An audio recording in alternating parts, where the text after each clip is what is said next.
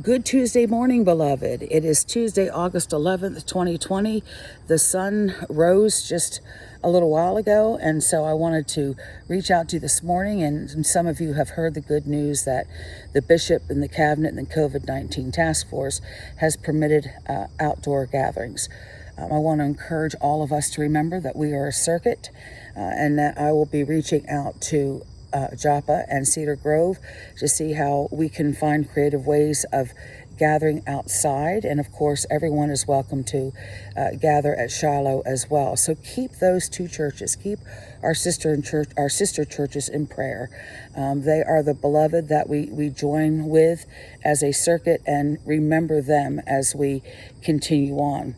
What I wanted to do is I wanted to give you a word of encouragement today.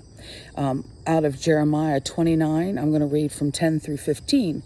But what I first want to do is give you a little bit of a background. Sometimes it helps to understand why these verses were written. Jeremiah, it says in verse 1 of 29, Jeremiah says, "This is the text of the letter that the prophet Jeremiah sent from Jerusalem to the remaining exiled elders, the priests, the prophets, and all the people Nebuchadnezzar had deported from Jerusalem to Babylon." You know, beloved, it just seems like we have been exiled from our church house. We have been exiled and not being able to gather because of this pandemic. And I believe that through this whole thing, that the bishop and the cabinet has really desired that our health was important. But I want to give you a promise, just like Jeremiah did to those that had been exiled from Jerusalem to Babylon. And I'm going to start in verse 10. "For this is what the Lord says, when 70 years for Babylon are complete, I will attend to you and will confirm my promise concerning you to restore you to this place. For I know the plans I have for you." This is the Lord's declaration. "Plans for your well-being, not for disaster. To give you a future and hope. You will call on me and come and pray to me, and I will listen to you. You will seek me and find me when you search for me with all your heart. I will be found by you. This is the Lord's declaration. I will restore your fortunes and gather you from all the nations and places where I banished you. This is the Lord's declaration. I will restore you to the place from which I deported you."